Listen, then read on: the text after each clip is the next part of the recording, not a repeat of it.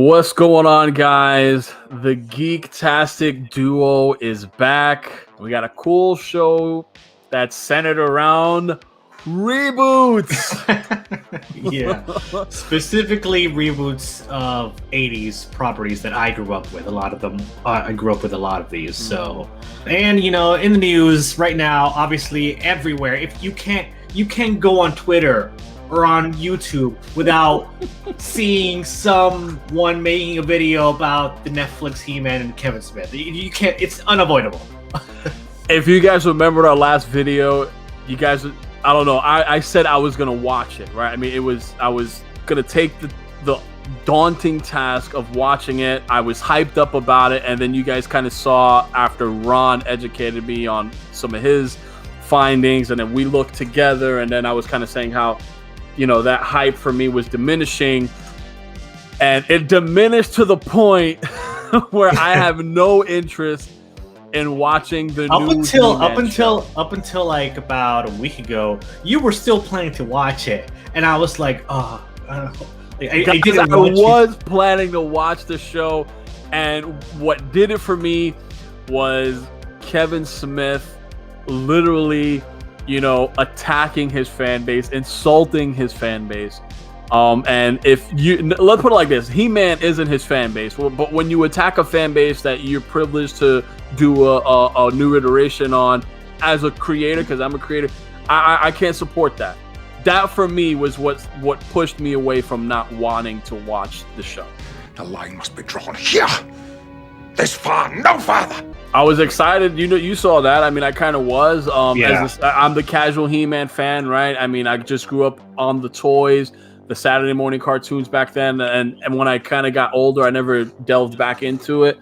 Mm-hmm. So I was kind of looking forward to this, but it's almost like the bait and switch where it's not centered around He-Man and it's centered around Teela, which, okay, that's one thing, but the fact that he lied about it and then it turned out to be all along the con job was that, it was still around Teela, and they butchered Teela. They anything that you kind of remember of Teela is not Teela. It's just, there's nothing of Teela there. It's nothing. Yeah, well, I mean, I was like noped out of this show back when it was first announced, because I found out it's being done on Netflix. I'm like, oh well, Netflix. And then I found out the showrunner was going to be Kevin Smith, and I had read a Spider-Man story written by Kevin Smith years ago called Spider-Man: The Evil That Men Do, right? And that was one of the worst Spider-Man comics I've ever read in my life. I mean, it had I'm glad I didn't read it. It had things that should never be in a Spider-Man comic. I mean, it had rape. Okay. It had homosexual incest between two brothers. It had one brother had the power of teleportation. He teleported inside the body of the other brother and exploded him from the inside, all gore and once I read that story, I'm like, nah, I don't think I like this Kevin Smith guy, for this kind of stuff. Mm-hmm. So when I found out he was doing He-Man, I'm like, no, I don't trust it. You were on it, and you were trying to tell me, I'm like, no, I think it looks cool. But then the more I kind of, was exposed to the con job, you bash the fan base, and you're behind the biggest con job that I've ever seen. Like you should have just stood quiet. You should have owned all the criticism. You should have just took it in and just keep your mouth shut. But you attacked the fan base. I couldn't get behind that. What you did to Teela is a joke. It's not Teela. It's T-Lo.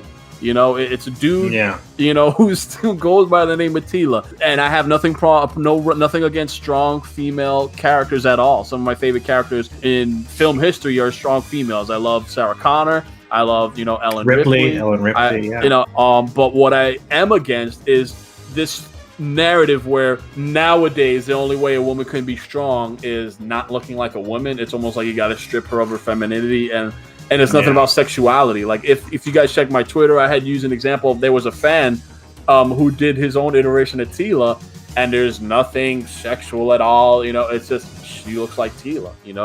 She just does. Yeah. I mean, anyway, we were so disappointed, and we were so left with this taste in our palate, right? Like we had to cleanse that. We had to rinse that out, right?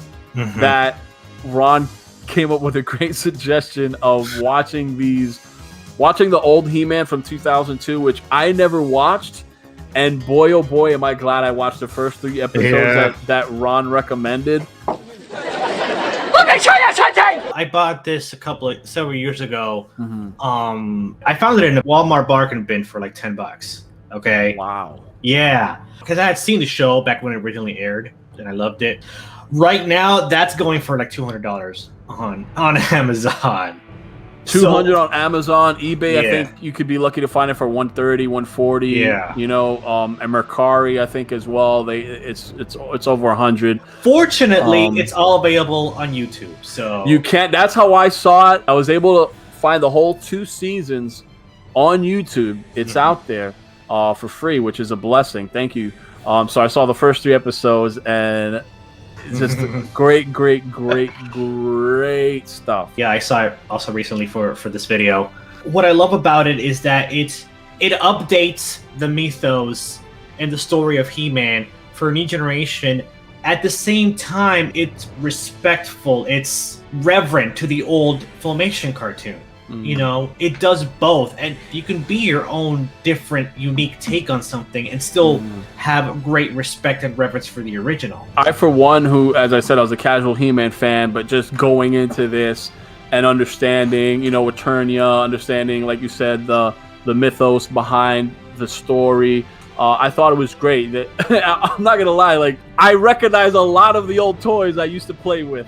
I recognize a lot of them, so I thought that was cool. Trapjaw, Man-at-Arms, some that I don't remember the name, but I'm like, oh crap, I remember that guy. Like Neck and Neck and Ram Man and so that was so cool. I thought that Teela, they introduced Teela pretty good, and they made her a strong female character while actually looking like a female. Which she was a badass. She was totally badass. She was fearless. She was trying to save Man-at-Arms. I think it was the 2nd or 3rd episode, like fearlessly. She was able to give it to Prince Adam, and he's just like not taking it seriously, which I like how they did Prince Adam. I know we get a lot of, you know, young, carefree, confident, egotistical little boy, you know, or arrogant. I wouldn't say egotistical. Let's say arrogant, right? Cocky, a little bit, you know, brash, which I thought was cool. And I'm kind of curious. Okay, how they're gonna go from this guy to He-Man?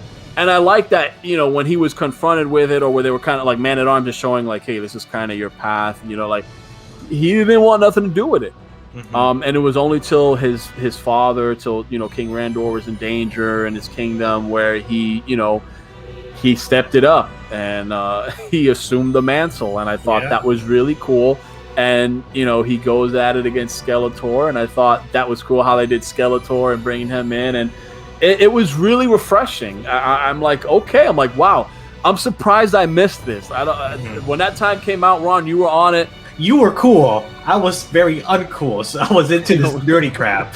Okay, you're not. It's not that, man. I pushed away. Like I kind of like, you know, I fell away from the stuff that that I loved as a kid, and then I kind of got back into it. Now I'm like, you know, I've geeked back out, so to speak. But I guess if Ron wants to say I was cool, I was too cool for cartoons, I guess. But I missed out on such an amazing show that the animation is done well. Ron, you don't like anime, but there's a lot of anime. Yeah, there is. There. I mean, I'd be surprised if we research it. I'm sure there's Japanese animators. One of my favorite things, and I'm sure you'll continue watching the show. Once you continue watching the show, you'll see the full origin of Skeletor and how cool it is. Like you saw a glimpse of it in this episode. Later on in another episode, they touch upon how it happened. It's just the coolest thing ever. I love it so much. So for me, it was refreshing, and for you guys, if you enjoyed the He-Man Revelations on Netflix, great. If you're looking for something else, check out the 2002 iteration of He-Man, or the original, or the original as well. But if the original skews a little too, old for you, the 2002 reboot is the way to go. The 2002 is excellent. I give my 3 thumbs up for that. Yeah. I don't know where the 3rd thumb's coming from. You got three arms, what? But I'm just saying, like 5 thumbs up. It's worth it. Definitely check it out. But real quick, I want to kind of segue into this kind of idea. There's also other cool reboots out there, right, Ron? Ron's going to share. Ron, what was the other thing you recommended for me to watch? And it was another thing that flew over my head. G.I. Joe Resolute. It was a great hour of my life. It was really cool. Yeah, G.I. Joe Resolute. Essentially, it was back when Cartoon Network was still doing Toonami. They had commissioned Hasbro to do like a slightly more adult version, slightly more mature version of G.I. Joe. Still, not super adult, but adult enough. Very PG-13. They got these people to do G.I. Joe Resolute, and it's pretty awesome, right? Very awesome, pretty, very great. It's superb. I'm just going to say that when I got into it, again, I saw a lot of old toys. I saw Tunnel Rat, they had Gung Ho, Roadblock, Shipwreck. Yeah. But for me, which was surprising, is the plot. The plot of that 55-minute movie that I just saw, Resolute, it's better than anything that I've seen from the live-action movies. Oh my gosh. It's so... I don't want to spoil anything. But it's amazing. They really go there. And I'm like, okay, the lingo, everything sounds plausible. It's kind of like sci-fi. Cobra Commander was awesome. He was really badass. Oh my gosh, there's casualties galore. Just to establish Cobra Commander's power. I'll just leave it at that. But it was just extremely well done. And I feel that if you missed out on this, you definitely got to give it a shot because it shows the potential of what could have been. I don't know if they're rebooting G.I. Joe now. Hasbro is doing another reboot cartoon, which we know is going to suck. We know it's going to be super woke. I want to give major kudos to G.I. Joe Resolute because it's really cool. I did have some gripes where there's a moment where Duke and Scarlet, they're doing this crazy mission that they have to do, of course, G.I. Joe stuff. But there's a moment where they're being shot at point blank range from automatics. It's come on, man, come on. Yeah. It looks cool, but I get it. They're in the middle of the room. And, it's they're in the middle of the room surrounded. Come on, man. I know, Cobra is they're that bad a shot. It's almost like, they stormtroopers, Yeah. I feel like they could have had that build up into another way where maybe they can incapacitate them in another way where you don't have where they're just in the open. I do love the moment between Duke and Scarlet when he's her and he's telling her to go, and she's like, "No, I'm gonna stay." That's great dialogue, great writing, great character development, that's great building. It shows you that she's willing to sacrifice her own life just to spend time with him because she loves him. If I get 6 more minutes with you, I'm willing to stay here with you. And then was the part where I think Ripcord comes. And then she says, "I love you," and then he looks at her like, "What?" He goes, "Not you. You're a big jerk." That's great stuff. Yeah. She's able to really spend time with the love of her life, which is Duke. But the way she's like, "I love you," and he's like, "No, not you. I love Ripcord right now." That was amazing. That's brilliant writing.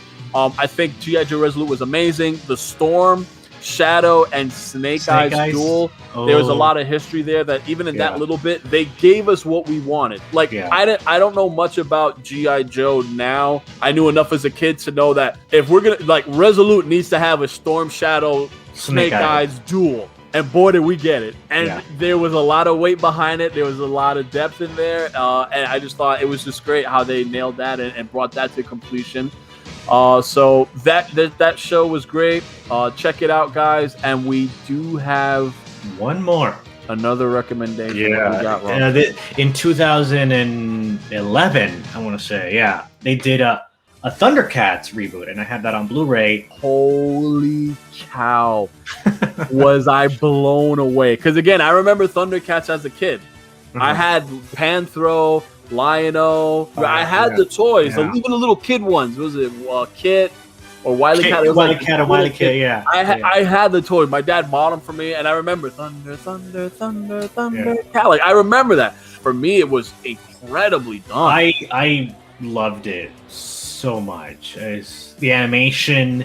It feels so epic, doesn't it? It feels epic, and I'm gonna tell you again, it's very anime-ish. I wouldn't be surprised if there's Japanese animation team behind that. I'm just saying. No. Well, the point is though, it's Japanese influence, but it's still Western storytelling. So, and that really, I'm not gonna say no to that. Yeah, for sure. But I'm just saying, it's a beautiful chemistry. It's a beautiful mixture. It's amazing. Lion-O was really. I love Cladus, the father. I love his character. He's a great character. Cladus was very cool. The father was very cool, and there's a moment with Cladus that's just gonna hit you so hard. And okay, so when we go to to He-Man real quick, right? The 2002 show, right? Like He-Man is able to rescue Randor, right? And there's a moment where Thundercats takes it to a way where you're like, this is getting there. It's hitting you right there in the heart. I'm like, that's why I was so thrown aback by it. I'm like, this is amazing. And the storytelling is going deeper than I would have thought.